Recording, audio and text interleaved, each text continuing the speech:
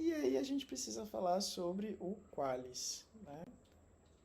Que não é exatamente uma métrica, mas eu botei ele aqui no bolo como métrica porque era mais, o que mais, porque ele mensura alguma coisa, né?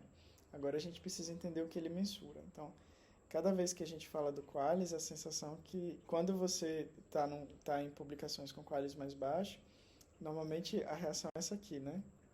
Uma coisa meio psicose do Hitchcock. Então, meu Deus, o qualis, eu preciso publicar no qualis alto, eu preciso não publicar no qualis baixo, e o qualis do ano que vem, e qual é o qualis da revista? A gente não entende o que é o qualis. E a gente precisa primeiro entender o que não é o qualis. Então, o que é que não é o qualis, né? O qualis não é um indexador, ele não é uma base de indexação, ele não é para avaliação de pesquisador, ele não é para avaliação de produção do pesquisador e ele não é para avaliação de revista. Poxa, João, mas para que é o Qualis então, né? Para que serve o Qualis, né? Porque tem tanta gente perguntando sobre qual é o Qualis da revista, qual é o Qualis do Binary Journals, qual é o Qualis da Evidence, qual é o Qualis da RPDS, qual é o Qualis da Nature. O que é o Qualis, né? O Qualis é isso aqui. O Qualis é uma foto do passado. O Qualis ele é uma métrica indireta de algo que aconteceu dos professores dos programas, dos professores permanentes dos programas de pós-graduação no quadriênio avaliado. Então ele indica somente onde os professores publicaram. E ele estabelece um ranqueamento comparativo entre as revistas que aparecem na coleta CAPES. Então, como é que a revista aparece na coleta CAPES? Se o professor permanente publicou na revista, e é uma publicação condicente com o aluno, ele vai no relatório CAPES. Se ele vai no relatório CAPES, se essa revista é listada no relatório CAPES como produção desse docente, ela vai para a avaliação da CAPES. E aí, a partir dos documentos de área, se estabelece uma nota para a revista. Essa nota, ela é determinada pela área. Então, o que a área valoriza e o que a área desvaloriza. Então, ela é uma métrica indireta que sinaliza comparativamente entre o pool de revistas que foi fornecido, dessas revistas, qual área atribui mais valor e qual área atribui menos valor, por uma série de questões internas e de disputas de poder do campo. Então, ele não é uma avaliação obrigatória, necessária, mensurando qualidade, rigor e transparência científica. Ele pode variar por uma série de questões. O próximo Qualis periódicos, por exemplo, vai atribuir Qualis mais elevado para revistas que tiverem fator de impacto mais elevado. E a gente acabou de revisar o fator de impacto e entender por que ele não é uma métrica interessante para a mensuração de qualidade, posto que ele está mensurando somente a atenção. Então, você tem uma métrica indireta construída em cima de outra métrica indireta e avaliando coisas muito que não exatamente avaliando, mas assim, estipulando onde é que está a atenção da comunidade. Então é atenção em cima de atenção em cima de atenção. Então o Qualis é somente isso, um mapa, uma foto do passado. Então ele é diferente de citação. Ter um Qualis elevado não significa necessariamente ter mais citação, pelo menos não até 2016. Então no quadrinho 2017-2020, Qualis elevado vai ser equivalente à citação elevada em Medicina 1 e Medicina 2, porque foi uma decisão dos comitês. Qualis é diferente de transparência e reprodutibilidade, então a revista mais transparente, mais reprodutiva, que publique só estudos negativos, pode não ter um desempenho de citação elevado e pode, portanto, não ser alta no próximo Qualis. Não ter um Qualis elevado na próxima estratificação. E Qualis é diferente de boas práticas editoriais. E isso eu posso comprovar a partir de evidência empírica, porque da minha pesquisa com Kátia e com Ana Paula. Então, a gente não tem associação entre acesso aberto, Qualis, CAPES e desempenho de citação, em ciência da informação, pelo menos. A gente não tem associação entre boas políticas editoriais de transparência, adesão a checklist Equator e desempenho de citação em fisioterapia, incluindo um pool de revistas internacionais. Então, qualidade, transparência, estratificação Qualis e desempenho de citação são 4 coisas completamente diferentes, que podem convergir ou não. E aí a gente precisa olhar para todas essas 4 métricas ao mesmo tempo. Esse 4 conjuntos de variáveis com diversas métricas para a gente poder decidir o que é bom e o que não é de fato, né, cientificamente. Mas a gente, de novo, precisa quantificar de alguma forma, e essa é uma escolha da CAPES, e a CAPES é feita pelos docentes. Então, o lugar de contestar o Qualis é nos comitês de área, né, nos colegiados. Porque a CAPES somos nós, o Qualis é decidido por nós, então não tem como se chatear com o Qualis. É importante a gente entender o que ele é de fato, o que ele não é, e como é que a gente identifica essa informação. Então, na plataforma Sucupira, a gente tem a foto do passado, do quadriênio coberto, comprido. Então, a gente tem lá disponível 2010, 2012, 2013, 2016. Então, quais que a gente discute para as revistas hoje é uma foto de quais pesquisadores estavam publicando onde entre 2013 e 2016. A foto de onde os pesquisadores publicaram de 2017 a 2020, como a área observa essas revistas, a gente vai saber agora em 2021. Então, tem esse artigo aqui muito interessante da Rita Barradas, 10 coisas que você deveria saber sobre o Qualis, que eu sintetizei esses argumentos agora nessa exposição. E aí fica a pergunta, devo escolher a revista pelo Qualis? Não sei. Eu acho que isso é uma decisão do seu grupo, dos seus coautores, do seu grupo de pesquisa, da sua orientadora e do seu orientador. Porque você escolher a revista pelo Qualis não tem garantia de que no próximo quadriênio aquela revista vai, de fato, ter um desempenho de citação expressivo e aparecer no Qualis onde você acha que ela vai estar. O Qualis do passado não significa que o Qualis vai ser o mesmo no futuro. Você está estimando, você está fazendo uma aposta incerta de que se a revista foi A1 em Medicina 1, ela vai continuar A1 no quadriênio subsequente. Mas, de repente, o colegiado decide mudar o sistema de avaliação naquele quadriênio, que é o que aconteceu agora com a gente. Então, antes as revistas existiam outros critérios editoriais que incidiam na subida ou na descida no Qualis para a medicina. Agora vai ser simplesmente fator de impacto ou site score para a medicina 1. Medicina 2 vai fazer uma proporção com o Google Scholar, com o H5 via Google Scholar. Mas ainda assim, de novo, as medicinas decidiram que desempenho de citação era mais importante do que uma série de outras questões. Então, é uma escolha. Toda escolha tem ganhos e perdas. Eu não vou aprofundar mais, né? A gente já sabe o que é o desempenho de citação de fato, então é uma escolha, enquanto pesquisador de citação, me parece questionável. Mas é a escolha possível e a produção, os programas eles não são avaliados somente pela produção. Tem uma série de outros critérios que entraram na equação agora e que tornaram o olhar mais sofisticado. Então, ao mesmo tempo que olhar somente desempenho de citação é ruim, olhar desempenho de citação associado a uma série de outras questões, como o ingresso do discente no mercado de trabalho, onde é que ele está posicionado, o que é que ele está fazendo, patentes, etc, etc, etc. E isso oferece um olhar mais completo, né, um painel mais sofisticado sobre o que se passou naquele quadriênio, em cima do programa de pós-graduação. Então, qual é a mensagem para a gente que está aqui pensando revista? Né? Escolher revista por Qualis não tem necessariamente o efeito que eu acho que tem. Pode ser que o meu artigo entre nessa revista e ele não tenha desempenho de citação. Pode ser que o meu artigo entre nessa revista tenha desempenho de citação, mas a revista caia no Qualis. E aí, quando o meu orientador, minha orientadora precisar declarar, ela vai estar com o Qualis mais baixo. Então, é importante ter essa reflexão. Então, é muito mais interessante decidir a revista onde você vai ter um debate relevante. Porque se você vai ter um debate relevante com a sua comunidade de interesse, você vai necessariamente ser citado. Se você vai ser citado, isso vai puxar para cima ou para baixo, né, o desempenho do Qualis da revista, no quadriênio analisado. Então, assim, provoca uma cadeia de efeitos. A gente não tem controle nenhum sobre o que está acontecendo lá na cauda, lá na ponta. Mas a gente pode estimar. Então, é melhor estimar fazendo boa ciência, fazendo ciência através das melhores práticas, com transparência. Então, a reflexão sobre o Qualis é essa e sobre desempenho de citação é essa. Agora a gente vai falar sobre submissão. Então, João, qual a dica que você dá do lugar do editor para o autor que vai fazer a submissão do artigo? Leia as normas. Leia, se familiarize e conheça as normas da revista para onde você quer submeter.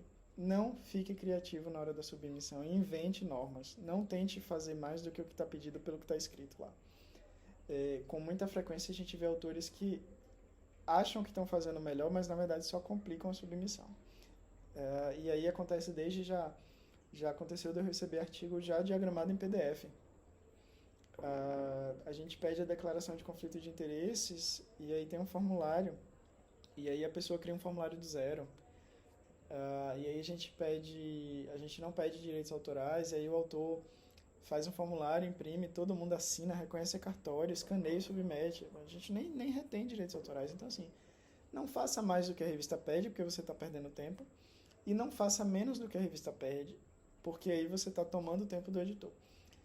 E, naturalmente, a gente vai dar prioridade às submissões que estão bem feitas, né? bem fechadas, que são as que vão ser checadas primeiro, são as que vão chegar na avaliação primeiro, porque as normas estão lá para acelerar o trabalho do autor, acelerar a agilidade do fluxo editorial. Então, não invente, não fique criativo, não faça nada além do que está pedindo e leia as normas da revista. Ah, João, mas é imenso. Você quer participar dessa comunidade, né? A comunidade é prolixa, então decida se você quer participar dessa comunidade ou ir para outra. Agora, não vá mandar um e-mail para o editor dizendo, olha, não gosto das normas da sua revista. Vai ter zero efeito. Depois, uma vez publicado, você pode questionar algumas questões, né? Durante o fluxo de submissão, se você não puder atender algum documento, é muito importante que você explique o porquê. Mas não chegue chutando a porta na revista e não faça nada que não foi pedido. Né? Do lado de cá, os editores estão tentando simplificar o processo, as melhores revistas estão tentando desburocratizar, tem esse olhar no sentido de não tomar o tempo produtivo do autor com formatações esdrúxulas. Então, não faz sentido para a gente, por exemplo, pedir que o texto venha em Times New Roman 14, 5 graus de espaçamento, voltado 2 graus na lua cheia para a Ilha de Páscoa, sob a constelação de Escorpião. E nada disso é interessante. Então, nas nossas revistas, pelo menos, a gente pratica deixar as normas mais simples, só como guideline. Então, se está dizendo lá Times New Roman, mas chegar em Arial, não é tão grave. Mas coisas muito particulares, você tem que formatar segundo um sistema de referências específico que só existe naquela revista, isso a gente não faz. E tem revistas, inclusive, que já abriram mão do sistema de referência, você manda em qualquer sistema de referência e eles mesmos formatam. Então, assim, leia as normas da revista, se familiarize, siga o que está pedindo, não siga além do que está pedindo, nem aquém do que está sendo pedido. E as normas são uma promessa, né? Um contrato, o começo do seu contrato, o começo da sua relação com a revista. E como qualquer começo de relação com a revista, sendo que a revista é uma comunidade, a gente precisa ter transparência nas expectativas, né? Então não faz muito além e não faz muito aquém. Faça exatamente o que está sendo pedido. Não invente. Porque o editor não vai ficar impressionado se você mandar 30 formulários que não foram pedidos. Então, você pode estar dizendo para o editor, olha como eu sei fazer isso. O editor vai estar lá, perdeu tempo e está gastando meu tempo. E tem os cuidados, né? Os cuidados fundamentais, que são autoria, plágio e autoplágio. Então, se você atenta ao que é autoria de fato, você vai estar se protegendo de plágio e de autoplágio. E se você atenta ao que é plágio, você não vai cometer autoplágio de jeito nenhum. Existem recursos gratuitos disponíveis na internet que podem ser consultados e podem te auxiliar nisso. Então, o papel do autor, a maioria das melhores revistas, ou a média das revistas da área biomédica, segue o ICMJE, que é o Comitê Internacional de Editores da Área Médica. Então, eles estabelecem lá o que é autoria. E é um consenso em cima da legislação internacional de autoria, em cima do que a ética científica diz que é autoria. Então, se familiarize com a autoria, o que é autoria de fato. Coleta a autoria, ou não, né? Escrita do texto. A autoria é somente quando você contribui intelectualmente, né? Então, se for uma coisa técnica, mas não intelectual, não é autoria. Isso está estipulado lá nas normas do ICMJE. Então, vale se familiarizar, dar uma lida, são curtas. E é um racional que te orienta para a vida. Esse site do ORI, do Office of Research Integrity, que é uma entidade de ética em publicação lá dos Estados Unidos, ele traz infografias sobre como se proteger do autoplágio e do plágio. Então, esse infográfico, Write Ethically from Start to Finish, é muito interessante porque ele te faz se questionar. Assim como aquele checklist, né, de identificar revistas que são essencialmente predatórias. Esse formulário te faz pensar sobre a forma como você está citando e referenciando os autores no texto e se de fato está correto ou não. Tem essa ferramenta de software gratuito, né? Ela roda em Windows, brasileira, atualizada, muito boa, por sinal, usei muito tempo. O CopySpider, então serve no uso individual. Terminou o trabalho da disciplina, terminou o artigo, terminou o texto de dissertação e tese, passa no CopySpider, não vai tomar 10 minutos do seu dia, ele vai te dar um relatório dizendo se você cometeu plágio ou não.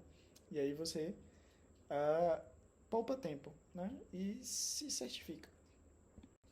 Tem a iniciativa Equator com checklists traduzidos, né? Inclusive para o português. Então, estou rodando um ensaio clínico, aplica o checklist específico, com sorte. Estou rodando um estudo observacional, aplica o Strobe. Estou rodando uma revisão sistemática, verifica o Prisma. Então, assim, é um tempo que você poupa do editor, do avaliador, e se poupa, né? Porque, de repente, se ficou faltando alguma coisa, e se vai voltar do avaliador só porque ficou faltando essa coisa, se for uma coisa técnica de relato, de guia de relato, você já resolve com a aplicação do checklist. Então, na verdade, essas coisas que a gente acha que tomam tempo, elas estão acelerando processos no futuro, né? E nos dando desenvoltura. Ah, eu já conheço o Prisma de cabo a rabo. Não, sei não. O Prisma é atualizado quase que anualmente, vale sempre checar de novo. E, de novo, não custa reforçar, cheque as normas e políticas editoriais da revista. Inclusive porque tem revista que retém os seus direitos autorais. E aí é sua produção. Então, se você só clica em submeter, você está concordando com o contrato.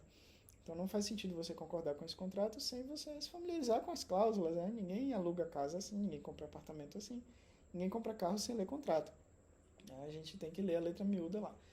E se você não gostar do contrato, você não fica nessa comunidade, você pode ir para outra. Então tá aqui a lista dos recursos que eu falei para vocês, estão disponíveis na internet, né, que é o Comitê de Ética em Publicação, que é também formado por stakeholders do processo editorial, então tem desde editor de revista comercial até pequena empresa de editoração científica, então são fóruns onde as pessoas debatem ética em publicação. Então o COPE ele tem afiliação institucional e você pode se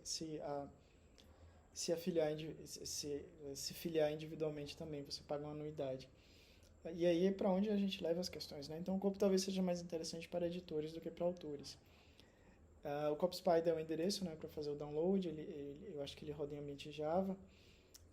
O Office of Research Integrity, que é lá do governo dos Estados Unidos, que também tem muitos recursos sobre ética em pesquisa, escrita e publicação. O Equator, que tem os guias de relato. E o International Committee, que tem orientações sobre escrita, sobre autoria, sobre plágio. Então, são recursos que vale a pena a gente navegar e consultar. Quando tiver com dúvida, não faz sentido continuar com dúvida, né? Tem bibliotecas eletrônicas que tem conteúdo sobre tudo. E a gente fica por aqui. Então, reforço aqui o e-mail. Se vocês tiverem questões específicas, mandem para o meu e-mail, eu respondo assim que for possível. E essa e outras discussões, elas acontecem lá no Twitter também. Então, quem quiser entrar na conversa pública, tem questões que a gente discute, que eu discuto com os outros amigos e colegas da editoração científica. Então, obrigado, e aí a gente conversa mais especificamente sobre outras questões no momento presencial também.